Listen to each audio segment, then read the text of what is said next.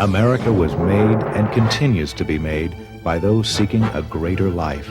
The Chinese, the Italians, the English, the French, the Japanese, the Germans, the African Americans, the Dutch, the Native Americans, the Spanish, the Portuguese, the Scandinavians, the Indians, the Irish, the Russians, the Polish, the Arabians, the Peruvians, the Greeks, and the many others that have come from the many lands of this world.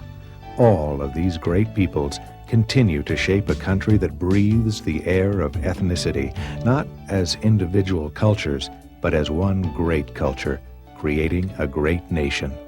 This is America.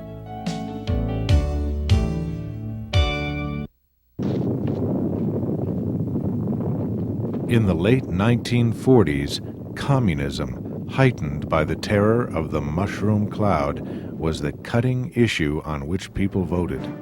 To be soft on communism was political suicide, and ambitious young men such as one member of the House of Representatives by the name of Richard M. Nixon could see that communist bashing was the key to the future. The new Red Scare would become front-page headlines in 1949 as Whittaker Chambers, a reformed Communist Party member and later an editor at Time magazine, charged that progressive Alger Hiss, a Roosevelt New Dealer, was a communist spy. To those who knew Hiss, this was nonsense that took the paranoia too far. But to conservatives, Hiss was blemished because he had been with Roosevelt at Yalta and was Secretary General of the United Nations Organizing Conference in 1945 and 46. Both Yalta and the UN were increasingly viewed as parts of the communist scheme for weakening America and achieving world domination.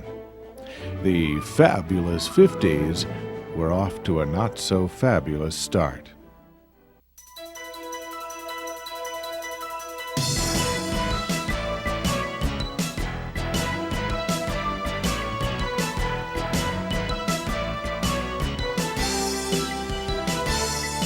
And now we present America the Living Dream, Part 6, the 50s to the 90s.